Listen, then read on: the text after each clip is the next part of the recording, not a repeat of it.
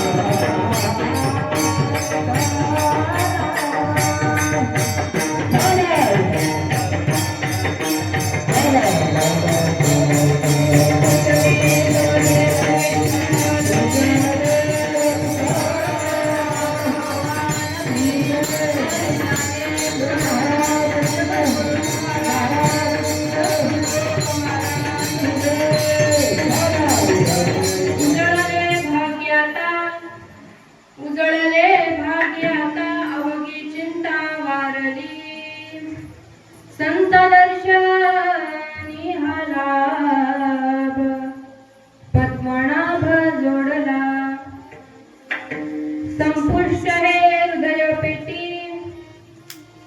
संपुष्ट हे हृदय पेटी, करुणी पोटी साठवू संत दर्शनी लाभ, पद्मनाभ जोडला.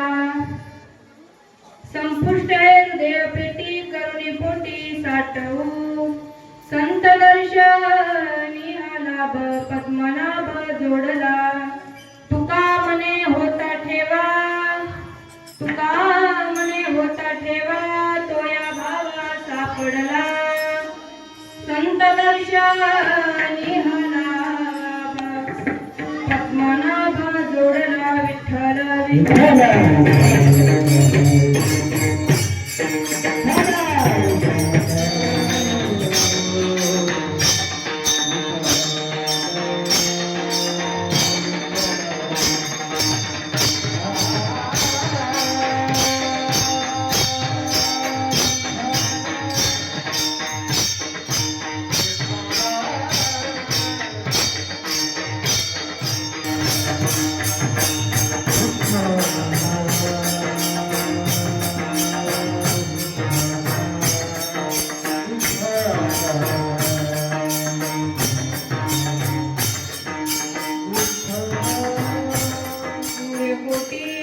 प्रभ निर्विघ्नं कुरु मे देव, सर्वकार्येषु सर्वदा.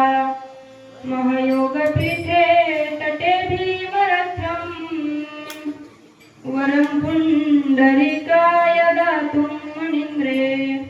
समागत्य तिष्ठन्तमानन्दकन्दं, परब्रह्मलिङ्गं भजे पाण्डुरङ्गम्.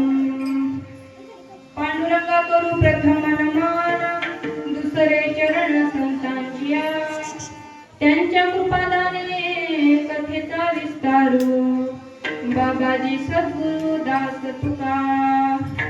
नमो ज्ञानेश्वरा, नमो ज्ञानेश्वरा, नमो ज्ञानेश्वरा, नमो ज्ञानेश्वरा. निवृत्ती उदार सोपान देवा, मुक्ताबाई नमो त्रिभुवन पावनी, आदित्रिय जननी देवाची. शरण शरण हनुमंता, तुझा आलो रामदूता. काय भक्तीच्या वाटा, मज दाहोया वाटा. मस्तक हे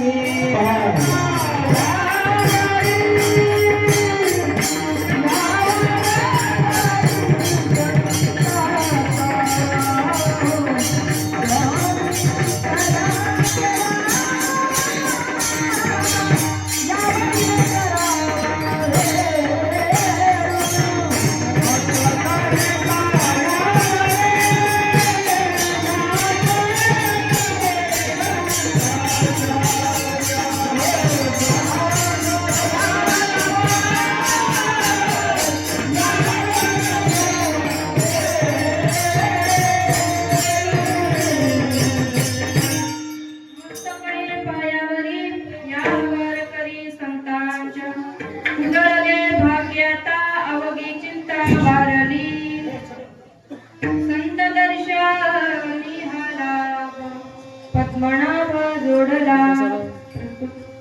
प्राप्त प्रसंगी प्राप्त स्थळी कीर्तनरूपी सेवेसाठी निवडलेला अभंग या जीवभूतलावर जन्माला आलेल्या जडजीवाचा उद्धार करण्यासाठी आपला देह अखंड झिजवणारे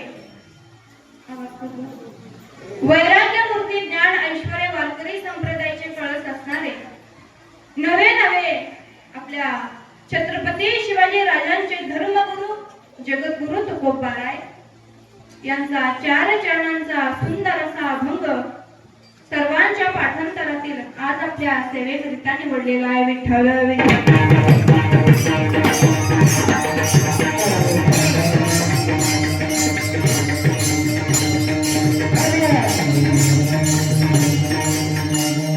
सुरुवात करण्यापूर्वी अल्पसा परिहार द्यायचा तो वक्त्याचा दरवर्षीप्रमाणे चालू असलेला हा भव्य दिव्य अखंड व ग्रंथराज ज्ञानेश्वरी पारायण सोहळा आपल्या चिखलसंध्या गावामध्ये वर्ष 23वा बरोबर.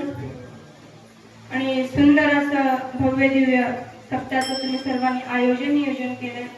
सर्वांचे मनापासून आभार व्यक्त करते. ज्यांच्याकडून ही सेवा मला मिळाली ते आपले बळीराम महाराज आहेत, तुमचे मनापासून आभार व्यक्त करते.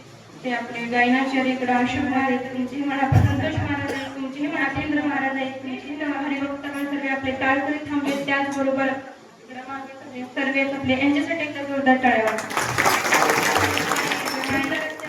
सुंदरशे टाळकरी. जे आपल्या युट्यूब चॅनल चालू आहे आपले मनोभावी सेवा, आपले प्रदीप महाराज आहेत, तुमचेही मनापासून आभार व्यक्त करते. आणि सर्व चित्र जमलेले श्रोतेजन असतील, सर्व मातृवर्ग आहेत, पितृवर्ग आहेत, सर्वांच्या चरणी मी नतमस्तक होते आणि मी माझ्या सेवेला सुरुवात करते. विठ्ठल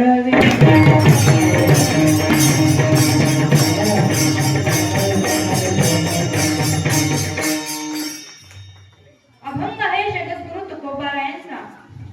जगद्गुरु तुकोबाराय या अभंगामध्ये संतांच्या भेटीचा भाग्याचा अनुभव सांगतात. उजळले भाग्य आता अवघी चिंता वाढत. तुकोबाराय म्हणतात, आता माझा परमार्थिक भाग्य उजळलं आणि माझ्या जीवनाची चिंता होती ती आता चिंता अजिबात राहिली नाही. कशामुळं तर संत दर्शनी हा लाभ पद्मनाभ जोडला. संतांच्या दर्शनामुळे माझ्या जीवनामध्ये मला एक लाभ प्राप्त झाला असं तुकोबाराय सांगतात. बरं, काही साधकांनी प्रश्न विचारला, का हो तुकोबाराय तुम्ही परमात्मा जोडला खरं, पण ठेवला कुठं? त्यावर तुकोबाराय तिसऱ्या चरणामध्ये सांगतात, संपुष्ट हृदय पेटी करुणी कोटी साठवू. बरं महाराज, तो परमात्मा तुमच्या हृदयामध्ये ठेवला, पण कुठून आणून ठेवला? तो परमात्माला कुठून तर घरून आणला का? नाही. तुकोबाराय म्हणतात, तुका म्हणे होता ठेवा तो या भावात सापडला. तुकोबाराय म्हणतात, तो पहिल्यापासूनच ठेवा होता, पहिल्यापासून मुळापासूनच होता. फक्त मी काय केलं, संतांच्या चरणावरती भाव ठेवलं आणि हृदयात असलेला परमात्मा मला मी काय केलं, सापडवलं. हा अभंगाचा सरळ भावार्थ. विठ्ठल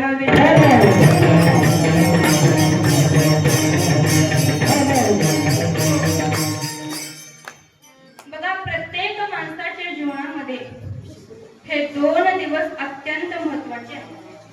कोणते? पहिला आहे जन्माचा दिवस आणि दुसरा मरणाचा.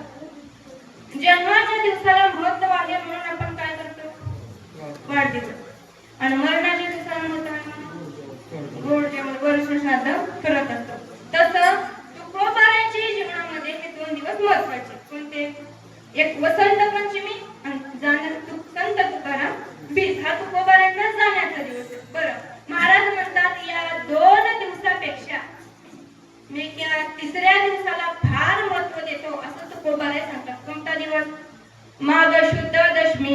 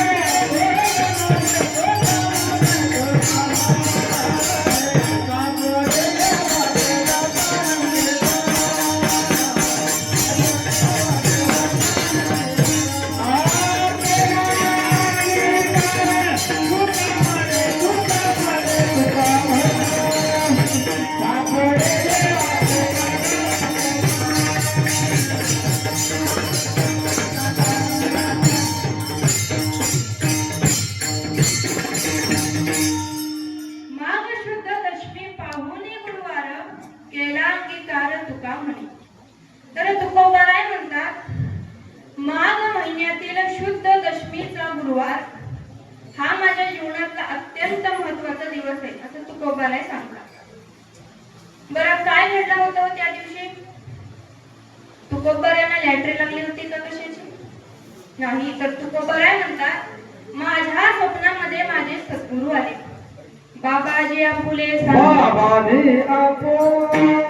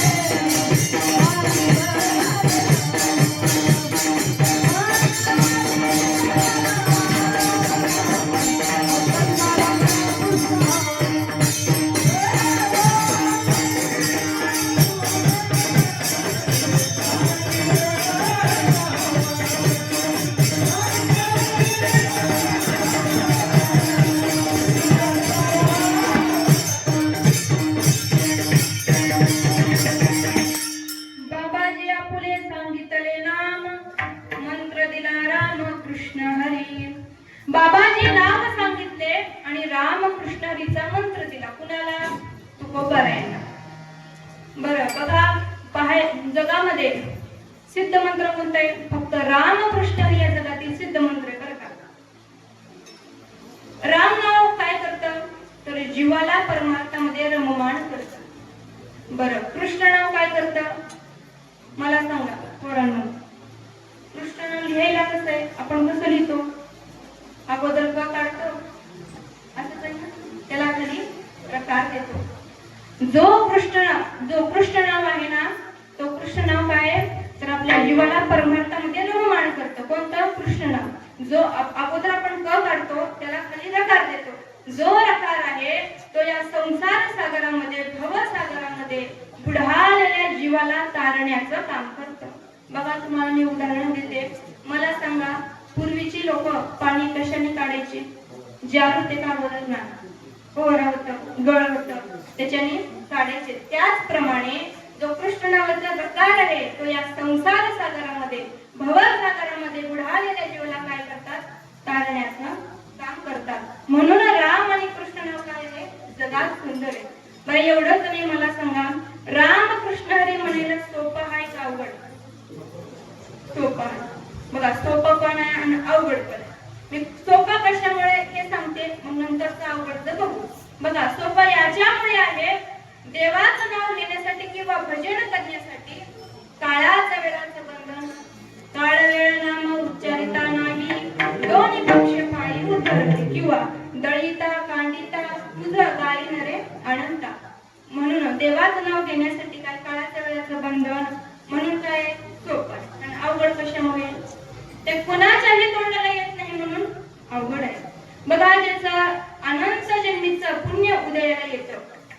ज्याचं सुकृताचं पुण्य उदयाला येतं त्याच्याच मुखाला देवाचं नाव येतं. अनंत जन्मीचे सुकृत पदरी त्याचे मुखे हरी कैसा. आणि दुसरं म्हणजे का पुण्यवंत व्हावे घेता सज्जनाची नावे. बघा ज्ञानोबाला देखील त्या ओळीमध्ये सांगतात, जयाचे वाचे पुढा भोजे अखंड नाम म्हणत असे माझे जे जन्म सहस्त्र ओळखीचे एक वेळा यावया. अहो भगवंताचं नाव मुखाला यायला हजारो जन्मीचं पुण्य असावं लागतं तेव्हा देवाचं नाव मुखाला येतं आणि येता येत नाही. मग तुकोबाराय म्हणतात, ते मंत्र मला माझ्या सद्गुरूंनी रामकृष्णरीचा मंत्र मला दिला. पुढे काय मागितलं म्हणतात, भोजनामा गती तुप पावशे पडिला विसर स्वप्न माझी. बघा तुकोबारायांच्या सद्गुरूंनी तूप मागितले. आता तुम्ही म्हणता संत असून संसारात कसं काय मागितले, ते तूप नाही. बघा संत संसारात कधी मागत नाही, कारण संतांना संसारिक विषयाचा काय आलेला आहे, वीट आलेला आहे, किळस आलेला आहे. संसारिक विषयाकडे पाहिलं तरी संतांना काय येते, किळस येते. पहा तुम्हाला मी एक दृष्टांत सांगते, मी जास्त रंगवून नाही सांगणार, फक्त आपल्याला स्पर्श करून जायचं. पहा एका गावामध्ये एका नवीनच जावई सासरवाडीला आला. सासरवाडीला आल्याच्या नंतर हे सासऱ्यांना माहितीये जावई बघल्यानंतर किती आनंद होतो. होय महिला मंडळ, होतो ना तुम्हाला आनंद जावई आल्यानंतर? प्रत्येक सासऱ्यांना माहिती असेल. तर जावई बापू सासरवाडीला आले आणि सासूला आनंद गगनात मावेना. घरचं दूध होतं, भला मोठं पातेला घेतली आणि ठेवली चुलीवर. कशासाठी? बासुंदी करण्यासाठी. आणि खाली चुलीला जाळ लावली, वरून चांगली बासुंदी तयार केली. आणि जशी बासुंदी तयार केली खालून ते धूर उठलं, आपले सासूच्या नाकाला डोळ्याला पाणी सुटलं. आणि बासुंदी खाली उतरवणार तितक्यामध्ये जशी शिंक आली तसं पडू नये ते बासुंदीमध्ये पडलं. काय पडलं हे मी नाही सांगत, तुम्हाला कळायला असेल, समजते मला पैसे. तर बासुंदीमध्ये पडलं. तर हे कोणी पाहिलं? जावया. मला सांगा, जेवायला बसले, सर्व जेवायला बसले, सुंदर पंचपक्वानाचं जेवण वाढलं, बासुंदी जी वाढली आणि जावई बापू काय त्या बासुंदीला हातच घालला. बाकीच्या मुली त्याच्यासोबत आले होते, 4-4, 5-5 मोठ्या बासुंदी हाणली. त्यांना काय माहिती होतं त्याच्यात काय पडलं होतं. आता जावई बापू काय पिले खाल्ले नाही का? मला एवढंच सांगायचंय, जसं बासुंदीकडे पाहिल्यानंतर जावायला काय यायचे, किळस यायचे, त्याचप्रमाणे संसारिक विषयाकडे पाहिल्यानंतर संतांना किळस येते. संतांचा विषय कोणता? विषय तो त्यांचा झाला नारायण, नावडे जन धन माता पिता. त्यांना जनही आवडत नाही, धनही आवडत नाही, ना माता पिताही आवडत नाही, असं तुकोबारे सांगतात. बरं आता बघा सद्गुरूंनी काय मागितलं तुकोबारायांच्या? पावशेर तूप मागितले. तर बघा पावशेर या गोष्टीचा आपण थोडं विचार करू. पावशेर कशाला म्हणतात? 1 किलोचे आपण समान 4 भाग केले, 4थ्या हिस्स्याला आपण पावशेर म्हणतो. बरं तूप म्हणजे काय आहे? तर वेदांत शास्त्राने आपल्या अंतःकरणाचे 4 भाग सांगितले, मन, बुद्धी, चित्त आणि अहंकार. मग त्यापैकी चित्त जो आहे तो तुकोबारायांनी सद्गुरूंना मागितलं. आता तूप म्हणजे काय झालं? चित्त झालं. जसं बघा संसारामध्ये तुपाला सार आहे, तसं परमार्थामध्ये चित्ताला सार. मला सांगायचं, तुम्ही कीर्तनामध्ये बसलात, तुमचं जरी तर चित्त नसेल तर चित्त नाही नामी तरी ते व्यर्थ, किंवा जवळी नाही चित्त काय मांडलेले प्रेत. प्रेतामध्ये आपल्यामध्ये काही फरक नाही. म्हणून परमार्थामध्ये चित्त असणं फार गरजेचं आहे. म्हणून बघा परमार्थामध्ये चित्त असणं फार गरजेचं आहे. बघा आपण एखादा विषय घेतो, त्या विषयाला फार किंमत असते. जसं की बघा एक तुम्हाला दृष्टांत सांगते, परमार्थामध्ये चित्त का असावं. एक छोटस उदाहरण सांगते. एका गावाचा असा माणूस होता, कधी नामस्मरण करायचा ना, कधी देवपूजा करायचा नाही, कधी पंढरपूरच्या वारीला जायचा नाही. तर मग काय झालं, असं त्याच्या मित्राने म्हणला चल पंढरपूरला. आणि आळंदीतून दिंडी निघाली. ते पंढरपूर पर्यंत ती दिंडी जाईपर्यंत असं आपल्यासारखे महाराज लोक होते त्याच्यासोबत. आणि त्यांनी काय केलं, त्या रोज महाराजांचा फोन घ्यायचा आणि फोन लावायचा कुणाला, घरी बायकोला, आणि रोज म्हणायचा जेवली का, संसाराचं सगळं चांगलं आहे ना, मुलं बाळ शाळेत जातात ना, संसारिक गोष्टी तो आपल्या, मी जे बोलते लक्षपूर्वक आहे का तुम्हाला प्रश्न विचारणार आहे, काय करायचा, दररोज बायकोला फोन लावायचा. जोपर्यंत आळंदी पासून दिंडी निघाली ते पंढरपूर पर्यंत पोहोचेपर्यंत रोज बायकोला बोलायचं. आणि त्याच गावात अशी आजीबाई होती, आता 60 वर्ष झाले आजीबाई पायी वारी केली. आता पायानं चलणं होत नाही, गुडघ्याचा त्रास, पायाचा त्रास, घरी बसून आहे. आणि ती घरी बसून फक्त एकच चिंतन, आळंदीतून दिंडी निघाली असेल, आपल्या पुण्यापर्यंत पोहोचली असेल, पुण्यातून निघाली सासवड पर्यंत पोहोचली, असं करता करता ती दिंडी पंढरपूर पर्यंत पोहोचेपर्यंत त्या आजीबाईचं चिंतन चालू असायचं. मग आता मला सांगा, या दोघांचं भाग्यवान कोण आहे? का बरं? हा, मुद्दा सोडायचा नाही, चित्त. म्हणून चित्त असणं फार गरजेचं आहे. म्हणून परमार्थामध्ये चित्त असणं गरजेचं आहे. म्हणून तुकोबाराय म्हणतात, ते चित्त माझ्या मला सद्गुरूंनी मागितलं आणि मी काय केलं, ते सद्गुरूंच्या चरणावरती ठेवलं आणि माझ्या हृदयात असलेला परमात्मा मला सापडवलेला अभंगाचा प्रथम शब्द. उधळले भाग्य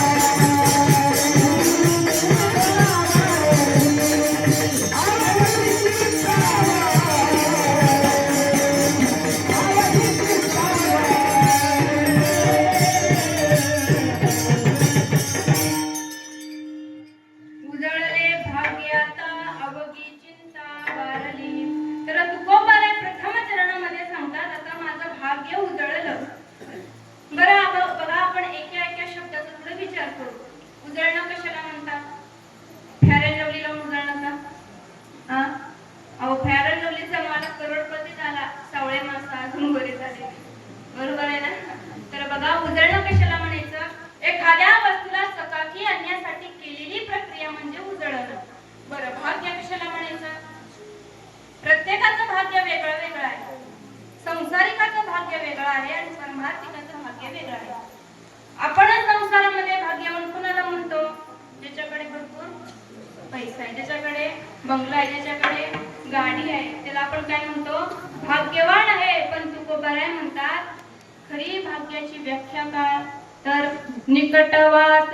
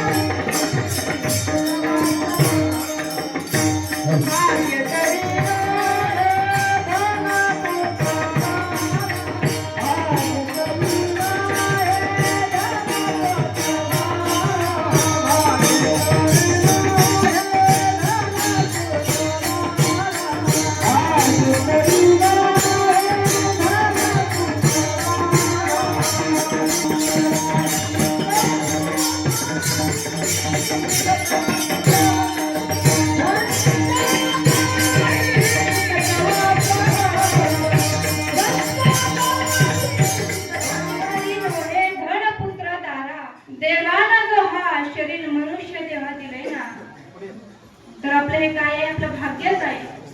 विठ्ठल विठ्ठल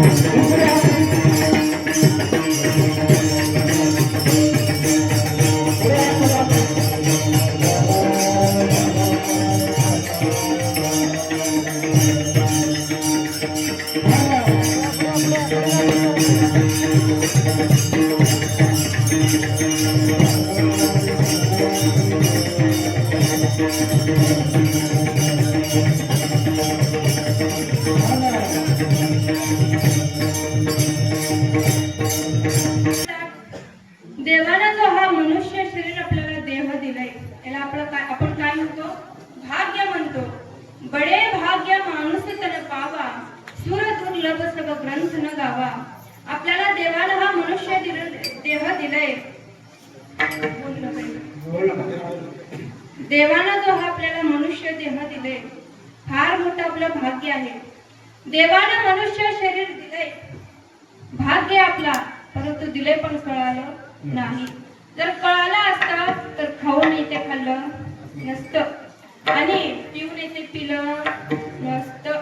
म्हणून बघा, जसं वागून येते वागलं नसतं. देवानं मनुष्य शरीर दिलंय तर आपण काय केलं पाहिजे?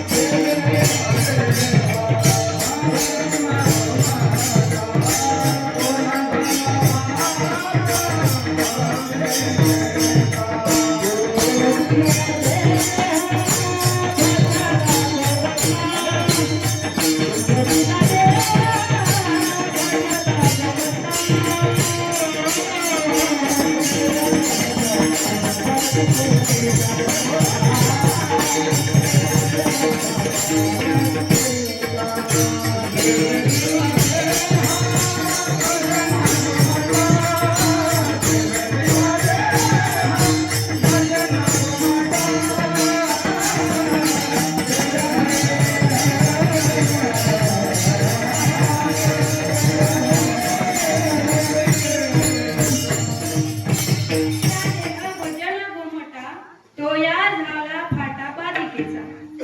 देवाला शरीर कशासाठी दिलंय? भजन करण्यासाठी दिलंय. मग आपण काय केलं पाहिजे? भजन केलं पाहिजे, नामचिंतन केलं पाहिजे. मी बघा नेहमी सांगत असते कीर्तनामध्ये, प्रत्येकाने नित्यनेमाने ज्ञानेश्वरी वाचली पाहिजे. आता इथं ग्रंथराज ज्ञानेश्वरी पारायण सोहळा आहे. किती जण बसलात? करा बरं हातवरी.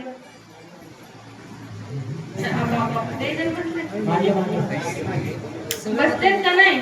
करा मग हातवरी. ह्यांच्यासाठी जोरदार टाळ्या. खरं तर आजकाल तरुण पिढीला आपल्याला गरज आहे आणि सर्वांनी सुंदरसं पारायण बसलेत. पण तुम्ही का बरं बसले नाही? हा, संसार दुःख मूळ बांधवडी आहे संसार. अहो, संसारातून तुम्ही कधी बाहेर निघाल? तुम्ही देखील पारायण करायला बसलं पाहिजे. मी तर म्हणते नित्यनेमाने वाचा. फक्त नित्यनेमाने नाही तर नाही, वर्षातून फक्त एक वेळा सप्ताह, बरोबर 7 दिवस पारायण करा, तुमचा उद्धार होईल. बघा, दिवसातले फक्त आपण 15 मिनिटं घ्यायची. किती? 15 मिनिटं. 5 मिनिटं ज्ञानेश्वरीला द्यायचं, 5 मिनिटं तुकोबारांच्या गाथ्याला आणि 5 मिनिटं रामकृष्ण हरी भजन. संपलं. आपल्या जीवनाच्या उद्धार करण्याकरता याच्यापेक्षा काहीच नाही लागत, काहीच नाही. जर तुम्हाला सकाळी वाचता नाही आली, दुपारी वाचा. दुपारी नाही जमलं, संध्याकाळी वाचा. संध्याकाळी नाही जमलं, रात्री वाचा. आपलं नित्यनेम राहते ना काहीतरी. बरं, ज्ञानेश्वरी बघा, काही जण म्हणतात महाराज आम्हाला ज्ञानेश्वरी वाचता येत नाही, काय वाचा? मी तर म्हणते ज्याला वाचताच येत नाही, पहिले हातामध्ये ज्ञानेश्वरी तरी घ्या. पहिला पान उघडा, त्या ओळीवरती नुसतं तुम्ही बोट फिरवा. दुसऱ्या दिवशी दुसरा पान काढा, नुसतं बोट फिरवा. मी तुम्हाला गॅरंटी, विश्वास देते, खात्री देते, तुम्ही जर नुसतं बोट फिरवण्याचं काम केलं तर मरेपर्यंत आपली ज्ञानेश्वरी बोट सोडत नाही.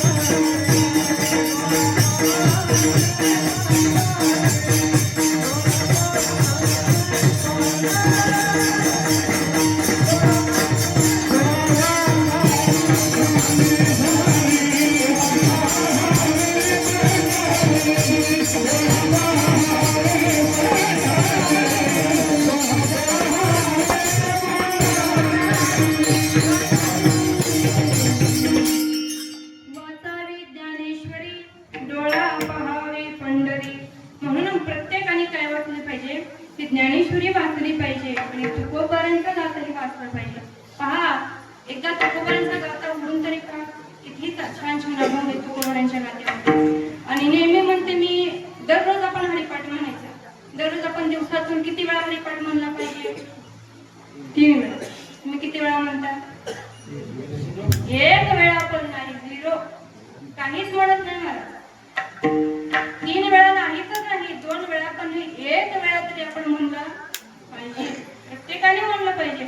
अहो, साक्षात हरिपाठामध्ये आणि माझ्या ज्ञानेश्वरीमध्ये साक्षात ज्ञानोबाराही आहे. म्हणून प्रत्येकाने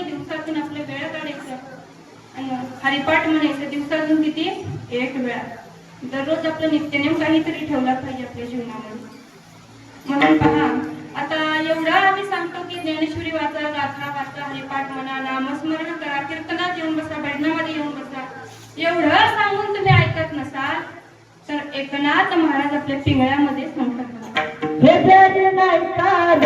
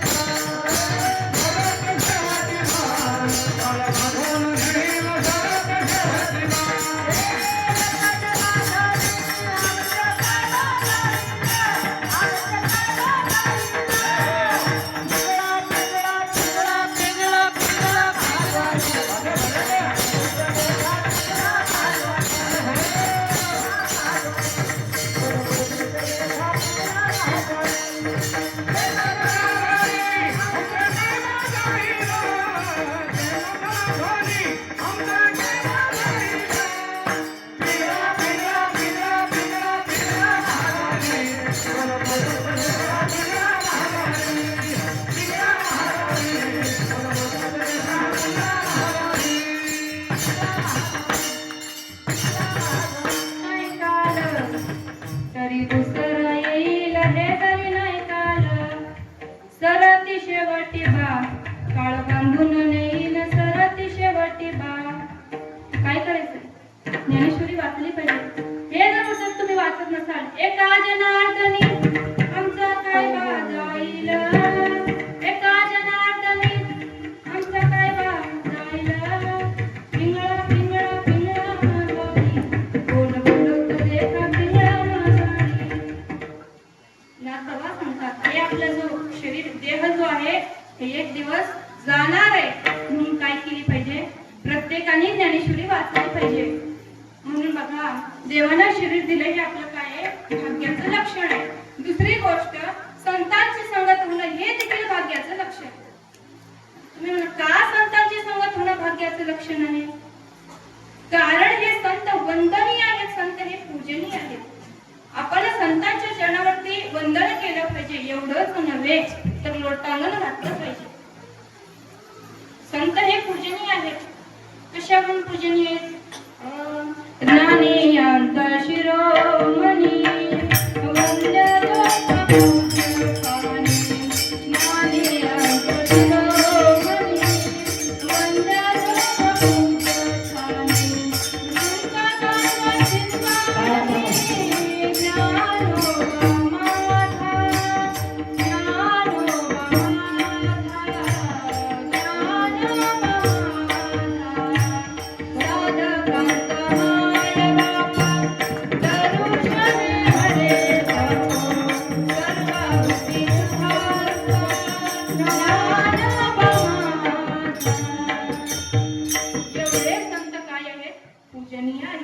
साधकांचे मायबाप आहेत, माझे ज्ञानोबा आहे.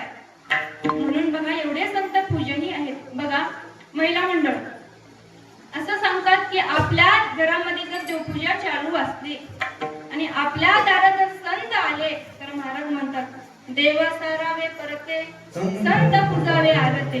देव बाजूला सारायच्या अगोदर संत पूजाचे. एवढे संत पूजनीय आहेत. आणि पहा, प्रत्येकाला संत संगतीची गरज आहे. संत संगतीची गरज ही जडाला आहे, संत संगतीची गरज ही जीवाला आहे, संत संगतीची गरज संतांना व देवाला देखील आहे. आता तुम्ही म्हणाला, जडाला काय करायची व संत संगतीची गरज? जड म्हणजे काय? वजनाने जड नाही, वजनाने जड नाही. बघा, मला सांगा, इथे बसलेले आळंदीला कोण कोण गेले? करा बरं थोडा हातवारे. आता बरेच जण गेले. मला सांगा, ज्ञानेश्वर महाराजांनी चालवलेली भिंत तुम्ही पाहिली का? पाहिली. ती सजीव आहे का निर्जीव आहे? निर्जीव आहे. मग लाखो भाविक जाऊन त्या भिंतीचं दर्शन घेतात का? संत संगतीचा महिमा आहे. एवढंच नव्हे, तुम्ही नेवासाला कधी गेलात का? पैठण जवळ नेवासा गाव आहे. ज्या नेवासा गावामध्ये जो खांब आहे, त्या खांबाजवळ बसून माझ्या ज्ञानोबा ज्ञानेश्वरी सांगितली, तो त्या खांबात पण लाखो भाविक जाऊन दर्शन घेतात. कारण काय? संत संगतीचा महिमा आहे. म्हणून जडाला दुसरी गोष्ट, जीवाला संत संगतीची गरज आहे. जीव म्हणजे सामान्य जीव, तुम्ही आम्ही सर्वच. आपल्या जीवाला बघा, वाईट मार्गाला चाललेला हा समाज, दिशा भटकलेल्या समाजाला योग्य मार्ग दाखवण्याचं काम हे संत करत असतात. संत समाजाला भक्ती मार्गाला लावले, पण समाज काय भक्ती मार्गाकडे वळायला तयारच नाही. आजकाल 70% शिकलेली पिढी देव मानत नाही. आणि आपण जर ठरवलं देव नाही असं, तर जिथे बकरे उलटे लटकवले जातात तिथे आता माणसं उलटी लटकवली जातात, एवढं लक्षात ठेवा. देवा आहे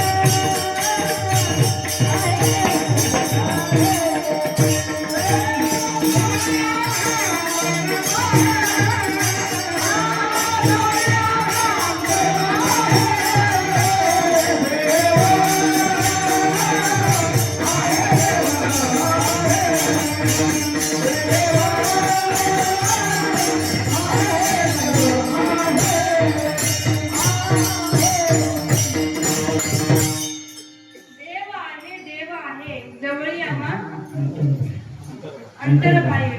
म्हणून बघा, जर तुम्हाला देवाला जर प्राप्ती करावी असं जर वाटत असेल तर आपण काय केलं पाहिजे? संताची संगाती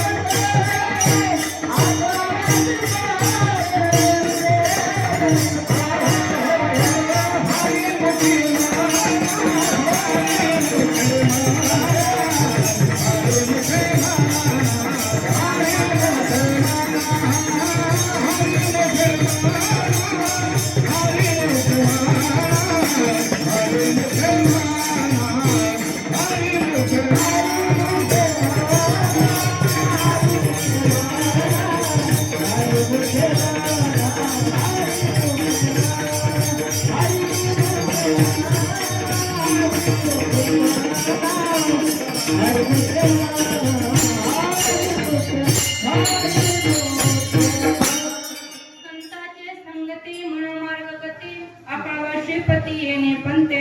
म्हणून आपण काय केली पाहिजे? संतांची संगत केलं पाहिजे. पहा, महाभारतामध्ये एकच दुर्योधन पाहिला, रामायणामध्ये एकच रावण पाहिला, परंतु आज प्रत्येक गावामध्ये 10 तरी दुर्योधन पाहायला मिळतील. माझं तेही माझं, भावाचं तेही माझं. म्हणून बघा, मला सांगा, रामायणामध्ये एकच रावण होऊन गेला. रावणाला किती तोंड होते? 10 डोळे किती? 20 डोळ्याचा रावण एकाच माता माऊलीकडे वाईट नजरेनं पाहिलं, परंतु देवाने हे 2च डोळे दिले, परंतु आपल्याला एकही धड दिसत नाही. अहो, आपल्याला या कलियुगामध्ये पाहते आपण कितीतरी बलात्कार होते तिकडे महाराष्ट्रामध्ये, इकडे आपल्या कर्नाटकमध्ये. म्हणून बघा, इथं बसले प्रत्येक महिलांना माझं सांगणं आहे, आपल्या मुलांना चांगले संस्कार द्या. देवाकडे मागायचं असेल तर एकाच मागा, पुत्र देई ऐसा गुंडा, त्याचा 3 लोकांचा द्या. म्हणून बघा, मी नेहमी सांगत असते, छत्रपती शिवाजी राजे होऊन गेले. तर बघा, नुकतंच शिक्षण पूर्ण केले आणि पुण्याला परतले. महाजिजाऊ यांच्या डोळ्यामध्ये पाणी दिसलं आणि राजे म्हणाले, आई साहेब, तुमच्या डोळ्यामध्ये पाणी येण्याचं कारण काय? तेव्हा आई साहेब सांगतात, राजा, मला या स्वराज्यामध्ये राहण्याची लाज वाटते. इथे जर माझी आई बी सुरक्षित नसेल तर राजे विचारतात, घडलं काय माँसाहेब? तेव्हा माँसाहेब सांगतात, माझ्या या तोंडाने सांगायची लाज वाटते शिवा. घडलं काय? तेव्हा आई साहेब सांगतात, तो रांझ्याचा पाटील नाजायक पाटील दिवसा एका पोरीला उचललं आणि तिच्या अब्रूची माती केली, विहिरीमध्ये ढकलून दिली. अहो, तळपायाची आग मस्तकाला गेली. राजाने सांगितले, अरे आणा त्या रांझ्याच्या पाटलाला माझ्या समोर उभा करा, त्याचे हात पाय कलम करा आणि जिवंत वेशीवर टाका. का? तर येणाऱ्या जाणाऱ्याला प्रत्येकाला कळावं, माझ्या स्वराज्यातील आई बहिणीवरती वाईट नजर टाकली तर हा शुभ त्या रांझ्याचा पाटील केल्याशिवाय सोडणार नाही. एकच राजा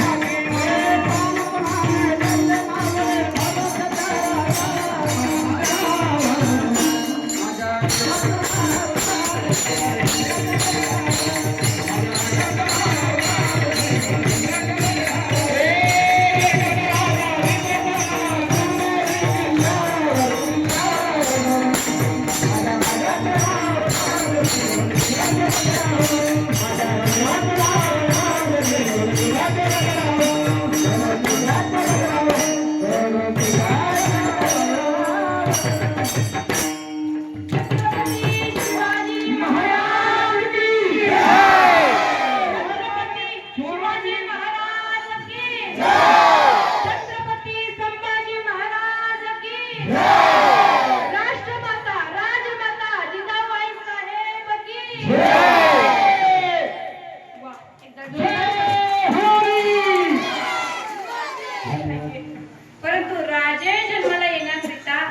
आपली जिजाऊ अगोदर घडल्या पाहिजे, तेव्हा छत्रपती शिवाजी राजे जन्माला येते.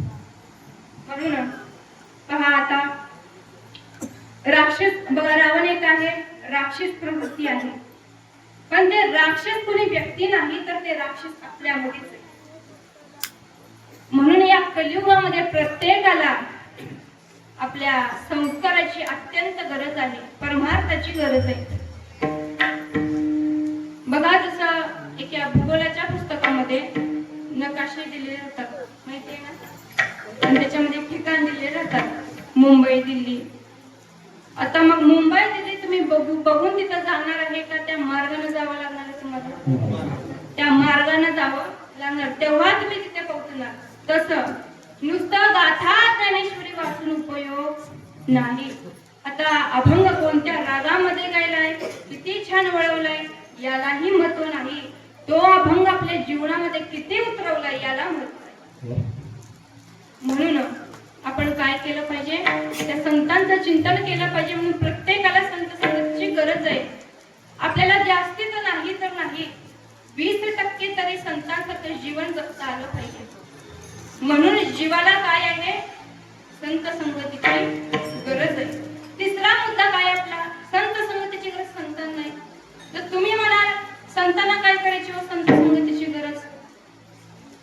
कारण संतांना देखील कधी कधी त्यांचा ज्ञानाचा, भक्तीचा अभिमान होतो. म्हणून संतांना नीट करत असतात.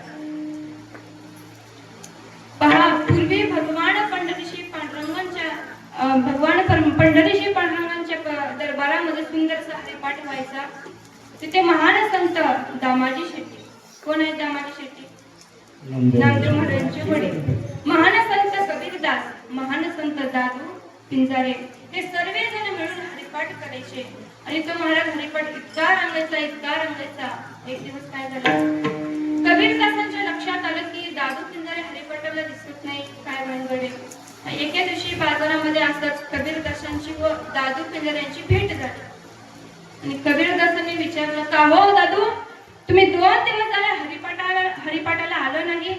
तर दादू पिंजारे यांनी उत्तर दिलं की मी ज्याच्यासाठी मंदिरामध्ये येतो तो रोज माझ्या घरी येतो, मी त्याच्या चरणाची सेवा करतो. तेव्हा कबीरदास त्यांच्या शब्दातला अहंकार ओळखला. तेव्हा कबीरदास म्हणतात, दादू, तो परमात्मा मला भेटेल का? दादू पिंजारे यांनी सांगितलं, या उद्या म्हणले, दुसऱ्या दिवशी माझ्या घरी या, तुम्हाला परमात्मा दाखवतो. दुसऱ्या दिवशी कबीरदास दादू पिंजारे यांच्या अंगणामध्ये गेले. आणि दादू पिंजारे यांनी पाहिलं की कबीरदास आले आणि हाक मारली, ओ कबीरा, कबीरा, यहाँ वहाँ कहा दादू दबावत पाव. कबीरदास बोलतात बघा, अरे दादू बड़ा क्या दबावे जिसे हाथ नहीं पाव. अहो, ज्याला हात नाही, पाय नाही, परमात्मा कसं आहे, निर्गुण निराकार, रंग नाही, रूप नाही, नाही वर्ण छाया, निराकार निर्गुण तू चिरकाया. परमात्मा निर्गुण निराकार आहे. आता दादू पिंजारे यांचा अहंकार नष्ट झाला ना, संतत्व 2 पटीने जागा झालं आणि भगवान परमात्म्याच्या चरणी लीन झाली. म्हणून संतांना नीट करत असतात. एवढंच नव्हे तर देवाला सुद्धा संत संगतीची गरज आहे. आता तुम्ही म्हणाल, ज्यांनी हे विश्व निर्माण केलं त्याला संत संगतीची का बरं गरज? भगवान परमात्म्याकडे सुद्धा एका गोष्टीची कमी, कोणती? भक्ती सुखाची. ज्या भक्ती सुखासाठी भक्ताने हात मारल्याबरोबर भगवान परमात्मा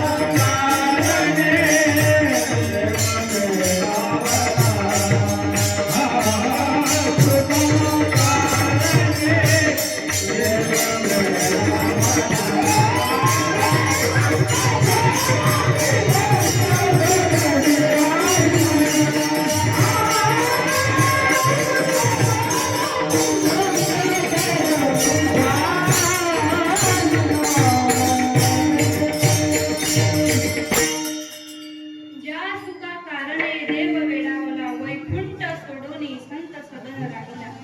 तर भगवान परमात्मा आपल्या भक्ती सुखासाठी वैकुंठ सोडून आपल्या भक्ताच्या सदनामध्ये भगवान परमात्मा येत असतात.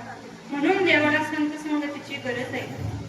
पहा, वास्तविक पाहिलं तर या कलियुगामध्ये संत म्हणायचं कोणाला अवघड आहे, साधू म्हणायचं कोणाला अवघड आहे. तर संत भेटणं अवघड आहे. पहा, आपण बोटांवरती मोजण्या इतकंच आपण त्याला संत म्हणू शकतो किंवा साधू म्हणू शकतो. मी प्रामुख्याने नाव घेऊ शकते आपले आळंदीचे कुरेकर बाबा किंवा आपले भागवत महाराज गोळेगावकर, अशांना आपण संत म्हणू शकतो किंवा साधू म्हणू शकतो. परंतु वास्तविक पाहिलं तर आजकाल या कलियुगामध्ये कोणालाही साधू कोणालाही संत म्हणतात. तसं नाही महाराज. बघा, एकदा काय झालं, उदाहरण सांगतो तुम्हाला. रामकृष्ण परमहंसाकडे एक व्यक्ती आला आणि म्हणला, महाराज साधू किसे कहते, संत किसे कहते, मुझे बताओ. तर रामकृष्ण परमहंस ओळखले हे माणूस कोणत्या कॅटेगरीचा आहे. कारण ज्या वेळेस माझे ज्ञानोबा तुकोबा हयात होते त्यावेळेस निंदा करणारी माणसं याच भूमीवरती होती महाराज. म्हणून रामकृष्ण परमहंसांच्या लक्षात आलं हे माणूस कोणत्या कॅटेगरीचा आहे. रामकृष्ण परमहंस बोलले, बेटा मुझे नहीं पता साधू किसे कहते, संत किसे कहते, तुम्हें पता है तो बताओ. तेव्हा त्याने सांगितलं, साधू में और कुत्ते में कुछ अंतर नहीं. काय म्हणला, साधू में और कुत्ते में कुछ अंतर नहीं है. साधू भी इधर उधर भटकता है और कुत्ता भी इधर उधर भटकता है. रामकृष्ण परमहंसांना राग आला, उठल्याने काढकन त्याच्या कानाखाली लावली आणि सांगितले, बेटा तू कहता है ना साधू भी इधर उधर भटकता है और कुत्ता भी इधर उधर भटकता है. रामकृष्ण परमहंस काय उत्तर देतात लक्षपूर्वक ऐका. जब कुत्ते को रोटी मिलती है तो एक कोने में जाता है, वहां अगर दूसरा कुत्ता आया तो रोटी को छोड़कर कुत्ते को काट कर. जब हमारे साधु को रोटी मिलती है वहां अगर दूसरा कुत्ता आया तो हमारे साधु काट कर खाते, इसे कहते याला म्हणायचं साधू, याला म्हणायचं संत. संत हृदय नवनीत समान. संतांचं हृदय कसं आहे, नवनीत आहे, मृत आहे. बघा, संत जेवढं आपल्या मुलांवर प्रेम करतात ना तेवढं दासांवर सुद्धा करत असतात. म्हणून तुकोबारा या अभंगामध्ये सांगतात की प्रत्येकाला संत संगतीची गरज आहे. म्हणून आपलं काय आहे, आपलं सुद्धा भाग्य आहे. तर बघा, आता पुढचा शब्द काय आहे, उजळले भाग्य आता शब्द. मग आपण आता शब्द कुठं वापरतो, एखादा मुद्दा संपला आणि पुढच्या मुद्द्याला सुरुवात करायची असते की आपण काय म्हणतो, आता वापरतो. तुकोबारा म्हणतात, आता पोटे धावे मन तुमचे चरण देखलिया. आतापर्यंत माझं मन इकडं तिकडं धावत होतं, पण तुमचं चरण बघितल्यानंतर माझं मन काय झालं, स्थिर झालं, लीन झालं, असं तुकोबारा सांगतात. म्हणून आता शब्द अभंगामध्ये वापरला. उजळले भाग्य आता. पुढे काय म्हणतात? अवघी चिंता वारली. आता चिंतेविषयी थोडं लक्षात घेऊ. इथे बसलेले मला सांगा, चिंता कुणाला कुणाला नाही? करा बरं हात वर. असं कोणी माणूस आहे का? प्रत्येकाला चिंता आहे. असं इथं कोणीही नाही की ज्याला चिंता नाही. प्रत्येकाला चिंता आहे. संसारिकाला चिंता आहे, परमार्थिकाला चिंता आहे, संतांना आहे, देवाला देखील चिंता आहे महाराज. पण प्रत्येकाची चिंता ही वेगळी वेगळी आहे. तर पहा, आपण काय करतो? बिनकामाची चिंता करतो. बिनकामाची ज्याला आपण दहावर जमण नाही, तो म्हणते पावसाची चिंता. काही काही माणसं दुसऱ्याच्या मोटरसायकल वरती लटकलेले राहतात, तो म्हणतोय पेट्रोल लई महाग झालं. अहो, बिनकामाची चिंता आपण करायची नाही. कसं आहे, माणसाने जीवनामध्ये फ्रेश राहायला पाहिजे. जीवन जगत असताना फ्रेश आपण जीवन जगलं पाहिजे. कीर्तनामध्ये बसल्यानंतर असं फ्रेश बसलं पाहिजे. बसावर थोडं फ्रेश लेट बसावर. मला सांगा, मी कीर्तनामध्ये 2 तास थांबले, असं माझा चेहरा नाराज पाहिला का तुम्ही?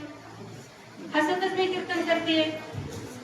तर पहा, इथं जर कीर्तनकाराचा चेहरा जर आनंद असला, इतर श्रोतेही आनंद राहतात.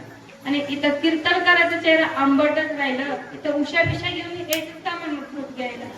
हा, म्हणून माणसाने असं फ्रेश बसलं पाहिजे. तर पहा, चिंता ही जिवंतपणे जाते आणि चिता ही मेल्यानंतर जाते. आमच्याकडे चिता मेल्यानंतर जातात, तुमच्याकडे जिवंतपणे जातात नाही, मेल्यानंतरच जातात. म्हणून पहा, संसारामध्ये अनेक चिंता आहे, परंतु तुकोबाला नेमकी काय चिंता होती? कायमी उद्धार पावेन.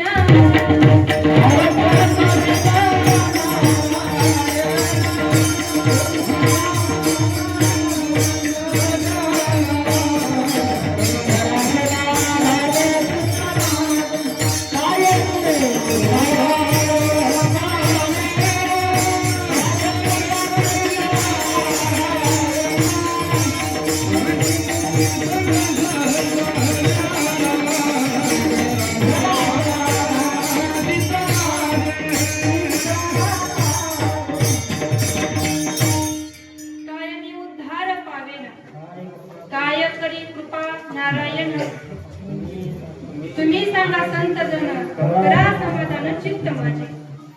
तर एवढंच नव्हे, तुकोबाने एकच चिंता होती, तो परमात्मा मला कधी भेटेल. उसावेसी हेची वाटे, जे जे भेटे तयार.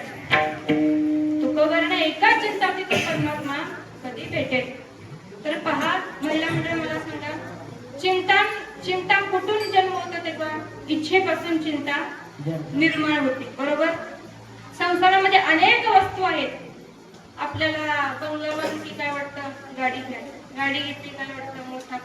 मोठा फोन घेतली की प्रत्येकाची आपली काय असते?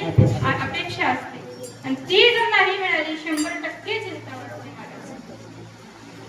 संसारामध्ये अनेक वस्तू आहेत, परंतु परमार्थामध्ये एकच वस्तू आहे, तो म्हणजे परमपिता परमेश्वर. तो काय एकदाचा भेटला की आपली चिंताच मिटते. विठ्ठल विठ्ठल.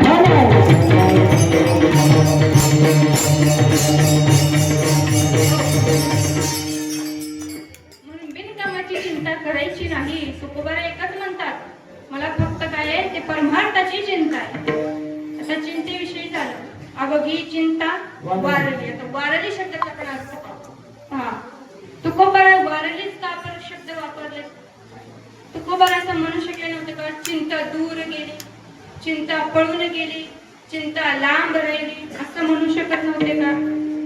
कारण तुकोबारायला माहिती होतं 8 दिवसात गेलेली वापस परत येतेच. बघा, तुम्हाला मी उदाहरण सांगते. 2 मित्र होते आणि दोघांनी आपल्या शेतामध्ये काय केलं? भुईमुग पेरलं. आणि दोघांचं शेजारी शेत, सारखंच खत पाणी केलं, सारखंच बी पेरलं. एकाचं उगवलं आणि दुसऱ्याचं उगवलं. तो त्याला प्रश्न केला, तुझं उगवलं, माझं का उगवलं नाही? दोघांनी सारखंच खत पाणी केले, दोघांचं सारखं शेजारी. तुझं उगवलं, माझं का उगवलं नाही? तर तो म्हणला, अरे तू नक्की पेरलं होतं का? तो म्हणला दुसरा, अरे तू तरी कच्चं पेरलं होतं, मी भाजून पेरलो.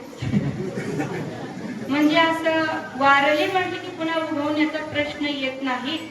म्हणून तुकोबाराय वारली शब्द वापरले. म्हणून तुकोबाराय म्हणतात, आता माझ्या जीवनामध्ये ती चिंता अजिबात राहिली नाही. ती चिंता काय केली, पळून गेली, वारली म्हणले नाही. बरं, हे सगळं कशामुळे घडलं, तर महाराज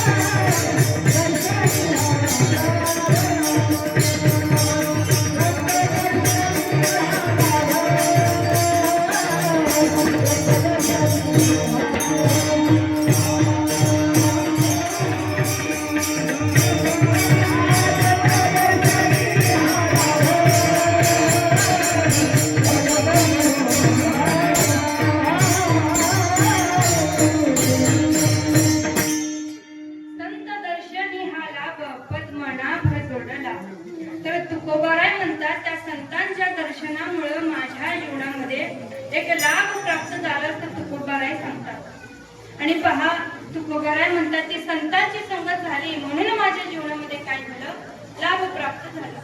आणि तुम्हाला देवाला जर प्राप्त करायचं असेल तर आपल्याला संत संगतीची फार गरज आहे. हरिप्राप्तीची उपाय किंवा संताविना प्राप्ती नाही ऐसे वेद. संताला प्रत्येकाची गरज आहे म्हणून तुकोबाराय सांगत असतात. संत काय करतात तर हे जीवाचं देवाचं, आपल्या जीवाचं देवाचं मिलन करून देणारे संत काय आहेत, मध्यस्थी. बरोबर. आणि प्रत्येक गोष्टीमध्ये मध्यस्थी लागतोच. म्हशीचा सौदा करायचा असेल तर मध्यस्थी लागतो, लग्नाचं करायचं असेल तर मध्यस्थी लागतो. प्रत्येक गोष्टीला आपण काय लागतो, मध्यस्थी लागत असतो. तसं काय संत काय करतात, जीवाचे जे कथा आहेत देवाला सांगतात. देवा हे दीन दुबळ आहे, घ्या तुमच्या पत्रामध्ये. देवाला सांगतात, देवाला आपल्या जीवाची कथा सांगून जीवाचं मिलन करून देणारे संत मध्यस्थी आहेत. मग म्हणून तुकोबाराय म्हणतात ती संतांची संगत मला झाली. बरं, काही साधकाने विचारलं का हो तुकोबाराय, तुम्ही संतांची म्हणजे संत तुम्ही काय केला, प्राप्त केला. बरं, ठेवला कुठं, त्या